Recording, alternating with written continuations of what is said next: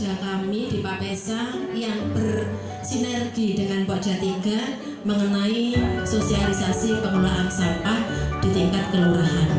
Beberapa waktu yang lalu Pak Yeko, Pak Budi Kris dan Pak Saifuddin, Pak Budi Krisyanto mungkin ibu-ibu sudah paham, beliau adalah pembina Papesa yang dulu kepala DLH. Kemudian Pak Saifuddin Suri itu ketua Papesa, dan Pak Yeko juga masuk bagian dari bidang teknologi di Papesa. Nah, jadi di sini saya ada dua agenda yang bisa terlaksana. Saya akan mengenalkan sedikit tentang sampah. Mungkin ibu-ibu sudah tahu sampah itu bagaimana dan apa. Ada yang sudah pernah tahu, Bu, sampah itu apa? Kotoran. Sampah itu selalu kotor, ya. Siapa lagi yang bisa menjawab, ibu-ibu? Sampah itu apa? Nggak ada di sini. Konsep dari sampah nggak ada. Sampah itu apa? Pemahaman kita tentang sampah itu apa? Apa sesuatu yang terbuang begitu saja? Sisa-sisa. Ya. Jadi sampah merupakan sesuatu barang yang tidak kita gunakan. Namun demikian, sampah ini masih berguna untuk orang lain. Ya, sampah secara garis besar hanya ada dua, ya, sampah organik dan sampah anorganik. Sampah organik itu yang nantinya bisa kita kelola menjadi pupuk kompos. Melalui apa? Dibuang saja itu sudah jadi pupuk kompos. Kalau ibu-ibu punya halaman yang luas, buat lubang sedikit. Kalau istilah saya dulu ada jongrangan gitu ya. Itu bisa, kalau sekarang istilah kerennya ada LSO, lubang sampah organik, ya, lubang sampah organik. Yang diletakkan di situ adalah sampah-sampah yang nantinya lebih cepat membusuk dan akan lebih cepat menjadi kompos. Yang agak ada penerapan teknologi bisa menggunakan komposter aerob, keranjang Takakura, ya, jadi bisa bermacam-macam. Kemudian selain itu juga ada sampah anorganik. Sampah anorganik itu adalah sampah-sampah yang proses pembusukannya membutuhkan waktu puluhan bahkan ratusan tahun. Ya, di situ di halaman di sini ada juga mengenal sampah B3. B3 itu termasuk sampah anorganik, bahan berbahaya dan beracun. Kalau kita lihat di sini gambarnya masih kecil-kecil ya. Jadi di sini ada contoh-contohnya yang berbahaya dan beracun, ada yang sampah yang bereaktif. Biasanya juga ini limbah dari medis gitu ya, biasanya. Itu termasuk berbahaya dan beracun. Ada jarum suntik, peniti, ya. Kemudian kaca, besi itu juga berbahaya. Sesuatu yang dapat melukai kita baik secara fisik maupun non fisik itu merupakan sesuatu sampah yang termasuk golongan B3, berbahaya dan beracun, karena sangat berisiko untuk menghilangkan nyawa gitu ya. Meskipun anak kena silet misalnya, kita nggak sengaja buang benda-benda tajam kemudian tergores sedikit dan kemudian kita itu kena diabetes begitu ya. Ini kan bisa menjadi luka yang membahayakan jiwa. Nah, mudah-mudahan sampah-sampah yang seperti ini sudah dipilah di rumah ibu-ibu semua. Kemudian di sini juga saya ada tentang pengelolaan sampah plastik. Ya, saya lebih fokusnya ke sampah plastik karena kita banyak sekali memproduksi, menghasilkan sampah plastik. Sekarang orang jualan di pasar, di Lijo, semuanya tidak ada yang non plastik. Saya belanja ke Lijo, Bu, beli ikan laut sudah ada tempatnya plastik. Nanti ada sayur, ada cabai.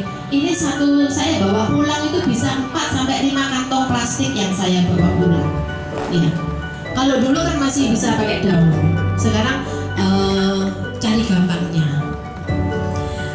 Nah, di sini ada alternatif penggunaannya, ada 6R, ada reuse, memanfaatkan ulang, recycle, mengolah kembali, reduce, mengurangi, replace, mengganti, refill, mengisi kembali, dan repair atau memperbaiki. dan ada juga yang lain yang tidak termasuk dalam ini. Ya. Perlu saya kupas sedikit, ya, tentang memanfaatkan ulang. Jadi di situ menggunakan barang bekas kembali tanpa mengolah dahulu. Ya, misalnya kemarin kita membuat pot bunga dari botol air mineral. Kita membuat ekobrik tempat duduk, itu termasuk di dalam reuse. Kemudian yang recycle memanfaatkan barang bekas dengan mengolah materi untuk menjadi lebih lanjut. Jadi sampah organik tadi masuk ke sini karena sudah berubah bentuk, ya, berubah bentuk. Selain dari sini ada juga dari kertas koran yang dihancurkan kemudian bisa buat pigora, itu masuk ke dalam recycle. Jadi kertas koran yang dihancurkan, direndam, dihancurkan jadi bubur, kemudian kita cetak masuk ke recycle. Kemudian yang reduce mengurangi. Kita ke pasar, ke supermarket. Pada waktu HPSN, Hari Peduli Sampah Nasional itu, DLH, ya, pemerintah Kota Probolinggo melalui DLH, juga tim dari kader lingkungan, mitra lingkungan yang ada di DLH itu berkampanye dan menghimbau untuk kalau kita belanja membawa kantong dari rumah. Seperti ini, ya. Ini biasanya kalau saya kemana-mana saya bawa, ya. Karena kalau belanja gitu ya, sekolah pun saya bawa, sehingga kalau beli ke supermarket nggak usah di kantong Mbak, langsung ini. Kecuali yang sabun, kan nggak boleh dicampur dengan makanan, jadi sabun dikresek nantinya masuk ke sini. Ya.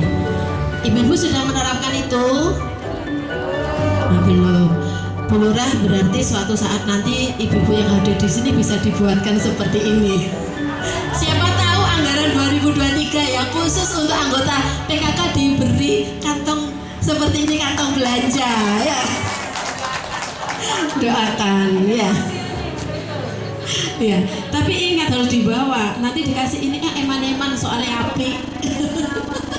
Dan beranak-pinak berapa itu? Ya, baru plastik itu lebih. Bahkan kalau styrofoam, sudah tahu ya styrofoam? Beli makanan yang sekarang lagi viral anak muda. Ini apa itu, Bu? Gacoan. Nah, ada. Kok ada yang belum pernah makan nih gacoan? Alhamdulillah sudah pernah. Nggak jadi tak belikan. Cuma Bu Titi, nanti Bu Titi ikut saya makan di sana ya Bu Titi.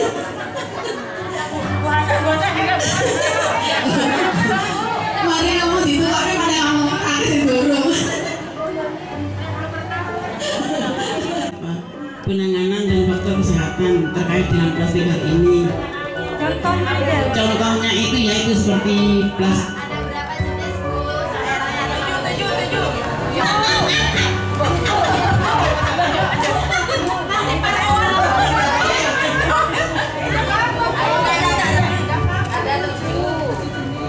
Ada 7 jenis yaitu itu ya. Iya. Oh ini A, PET, B, HDPE ya. Contohnya itu botol minuman, botol atau toples ya. Terus yang B, HDPE, yaitu plastik yang paling umum di dunia tetapi diregulasi menjadi 3 jenis, yaitu karton susu, botol deterjen, kotak sirine mainan, ember, bangku taman dan pipa. Terus BFC atau benzil yaitu bahan kimia dan merupakan sehingga banyak digunakan bagian bahan bangunan, yaitu contohnya pipa-pipa ledeng, kartu kredit mainan, kartu kredit mainan, talang air hujan, kantong cairan, tabung medis serta masker oksigen. Terus yang D, LDP adalah yang lebih lembut, lebih jernih dan lebih fleksibel, yang sering digunakan sebagai liner di dalam kantong minuman. Contohnya kantong sandwich dan roti, Bebelwet, kantong sampah, kantong belanja dan gelas minuman.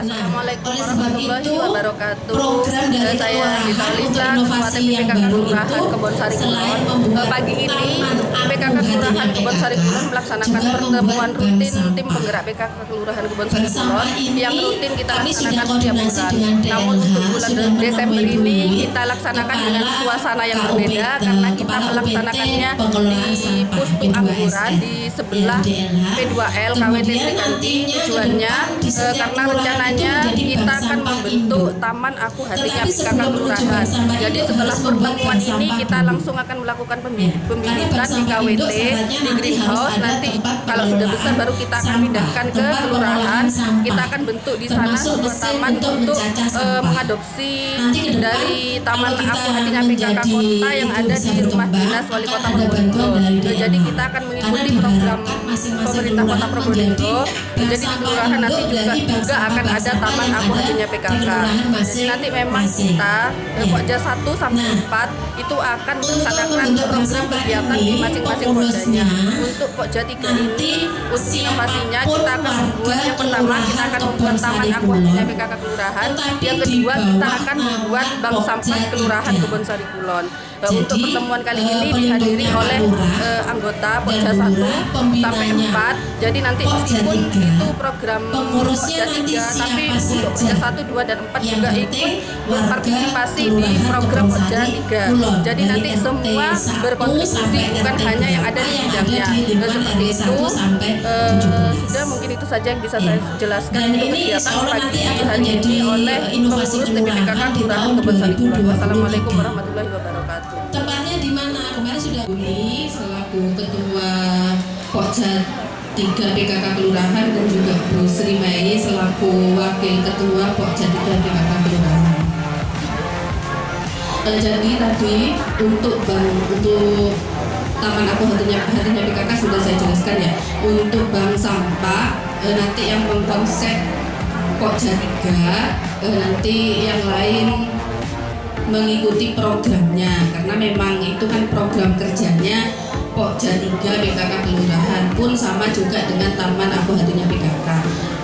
Mungkin Bu Yuni nanti apa dibuat kemarin itu saya WA sama Pak Igo apa dibuat reward untuk pengumpul sampah terbanyak itu juga bisa. Nanti kita gandeng pegadaian atau apa jadi nanti yang paling banyak dapat mini gold ya. Jadi jangan dibayangkan nanti dapat satu gram dibayangkan mini gold.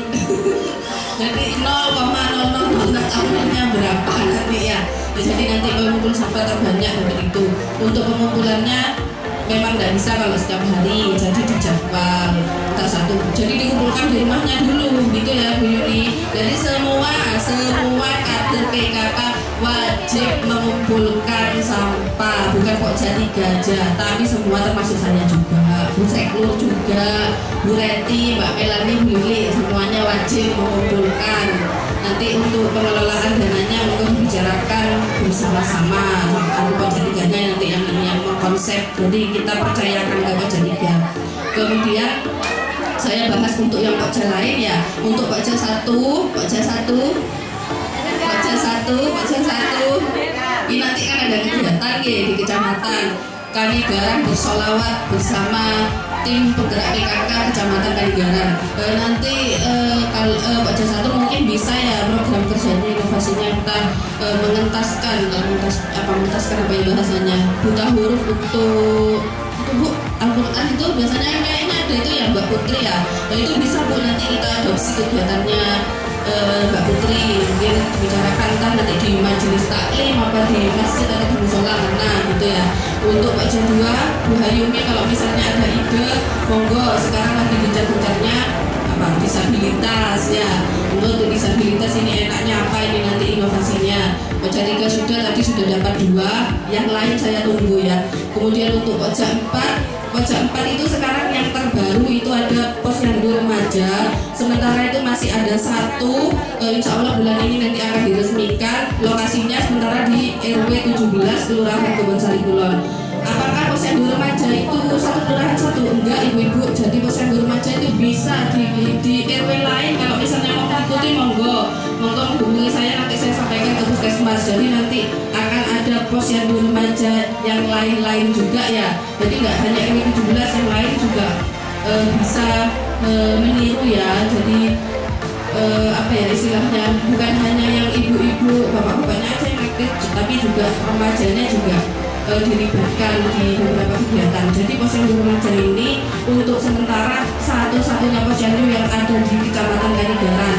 Tepuk tangan dulu. Jadi Gubernur Sarikulang ini ya yang pertama kali, posyandu remaja yang pertama kali di Kecamatan Kanigaran. Jadi monggo untuk ditiru biar lebih banyak lagi ada posyandu remaja di Gubernur Sarikulang. Untuk Karang Taruna, alhamdulillah sudah aktif. Tahu ya Karang Tarunanya ketuanya siapa sekarang? Harus tahu ini karena ini wajah satu ini.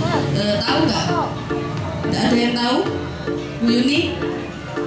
Buni? Ketua Karang Taruna? Karang Taruna? Siapa? Mas Fadela. Ya, Fadela RW 17. Untuk anggotanya saya tidak hafal, Pak Seknur itu yang tahu karena SK itu Pak Seknur semua yang kerjakan. Jadi mungkin untuk posyandu remaja ya juga Pak Seknur yang mengerjakan. Kalau Pak Seknur mungkin hafal sama orangnya. Jadi posyandu remaja itu usianya mulai dari 10 sampai 18.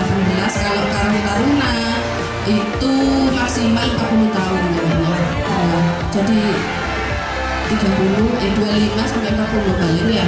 Tapi yang 30 ke bawah ini sedikit kan.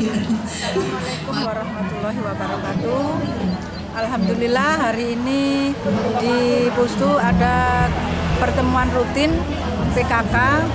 Saya wakil dari Pokja 3 bahwa tadi sudah disampaikan oleh Bu Lurah bahwa Kelurahan atau Pokja 3 akan melaksanakan program yaitu membuat Taman Aku Hatinya PKK.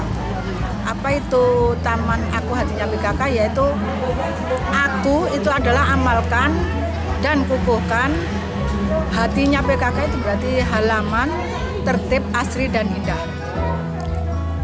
Nanti ini ibu-ibu dari Pokja 3 dan ibu-ibu PKK akan melaksanakan pembibitan di kebun KWT.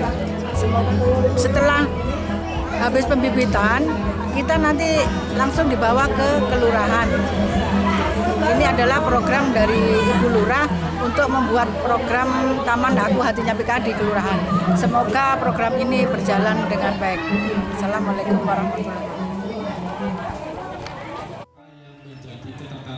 Dari Pokja atau RT maupun RW silakan diusulkan namanya, usulan namanya sama orangnya. Kalau pelatihan jumlahnya insya Allah maksimal 25 maksimal, karena 14 fokus tidak kemana-mana. Jadi kalau kemarin Buning RW 17 kurang puas karena usulannya itu saya mengusulkan di sana begitu ya, pemilihan sampah usulkan lagi tidak apa-apa, yang lain juga begitu, monggo diusulkan. Tapi kalau mau diambil alih oleh PKK misalnya, diambil alih oleh PKK ya PKK judulnya. Jadi pemilihan sampah PKK pesertanya dimunculkan siapa aja yang berwenang gitu. Itu nanti judul-judulnya sesuai kamus, tahu ya bimbingan kamus ya. Kamusnya itu yang seperti kemarin, insya Allah tidak banyak perubahan, paling hanya sedikit-sedikit penambahan. Tapi insya Allah itu. Jadi disinkronisasikan antara Pokja 1 sampai 4 agar bisa saling sinergi. Kemudian insya Allah tahun depan masih banyak kegiatan pelatihan sama asosiasi yang dibawa Pemas sama Pemas sama kembali. Pokoknya Sarpos nggak ada. Sarpos itu kemungkinan kecil akan terlaksana, kemungkinan kecil. Jadi mungkin akan komposisi akan menjadi 70-30 nanti. 70-nya pemberdayaan masyarakat ya. Pemas sama apa itu? Pemas sama apa itu? Nah iya pokoknya Pemas itu lah. Pokoknya pelatihan itulah. 30% itu nanti Sarpas simpel out sini, tapi kayaknya kemungkinan kecil tidak terlaksana. Iya, kayaknya tetap dimunculkan tapi iya, iya. Jadi itu yang tambahan dari saya. mudah-mudahan untuk rencana buang sampah bisa terlaksana. Kalau yang punya itu PKK, insya Allah saat RT RW ini kalau itu. Desember itu kami masih membuat konsepnya, termasuk rancangan untuk pengurus divisinya, juga tentang tupoksinya, itu bulan Desember. Kemudian finalisasinya Januari dan nanti launchingnya Februari, ya, bareng dengan Tangan Aku Hatinya PKK. Sehingga kita nanti mengundang Pak Gubernur itu tidak tanggung-tanggung. Waninya Koni Biro. Jadi kesempatan untuk pilkada, pemilu ke depan, kita undang aja pejabat yang ada di kota kita, ya kan, insya Allah datang. Jadi agenda saya gitu. Jadi kita nanti mungkin undang Pak Wali, Bu Wali ya, mungkin. Kalau nggak Bu Wali ya Bu Ali, gitu. Jadi gitu. Perlu kami sampaikan juga Pak Iko bahwa kepengurusan dari bank sampah itu tidak hanya dari Pokja, tapi dari seluruh masyarakat Kelurahan Keborsari Kulon yang berpotensi jadi pengurus. Bisa dari Karang Taruna, bisa dari Muslimatan. Nanti kita sharing masukan dari beberapa RW siapa yang mau diusulkan itu yang jadi pengurus. Tetapi di bawah pembinaan Pokja 3. Begitu. Jadi nanti siapapun yang jadi pengurus, jadi bisa bapak, bisa ibu, bisa mas, bisa mbak. Karena kalau kita mengandalkan Pokja 3, kowe kira winter. Iya, uang iki iku wae pancet iki ya. Kakean penggawean laporane sak ambrek atau digarap padha karo aku. Iya. Jadi harapannya begitu, kepengurusannya itu dari berbagai lapisan dan generasi. Hanya posisinya di bawah pembinaan Pokja 3. Gitu ya Pak. Terima kasih. Ya, mungkin Bunda langkah pertama yang kita kerjakan di rumah awal dari rencana ini semua adalah kita memulai dari di rumah tangga kita sendiri, menyiapkan tempat-tempat untuk memilah sendiri-sendiri.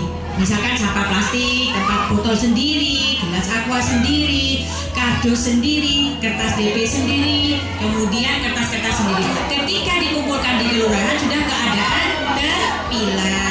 Jadi tinggal nanti menindaklanjuti, tinggal memasukkan sesuai yang sudah sesuai tentunya ya. Jadi apa saja dikonsepkan itu tinggal memasukkan ke tempat-tempat yang sudah ada di kelurahan.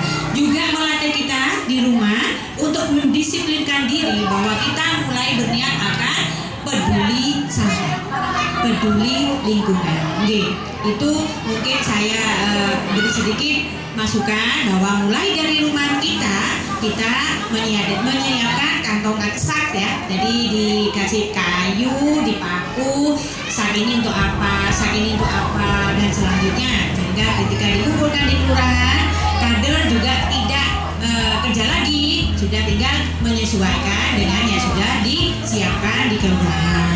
Itu mungkin ya. Itu saja dari saya.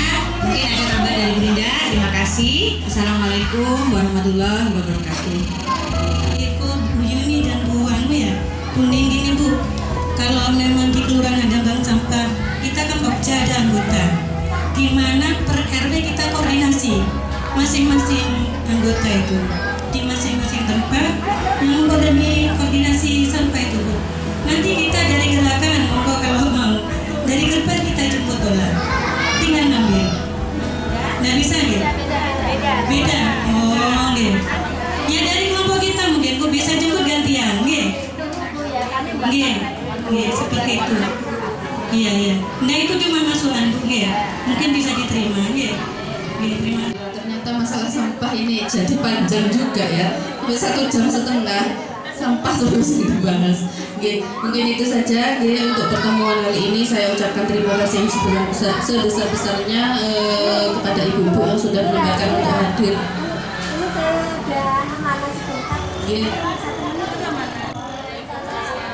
Ini mungkin terkait ini dua ini masalah UMKM.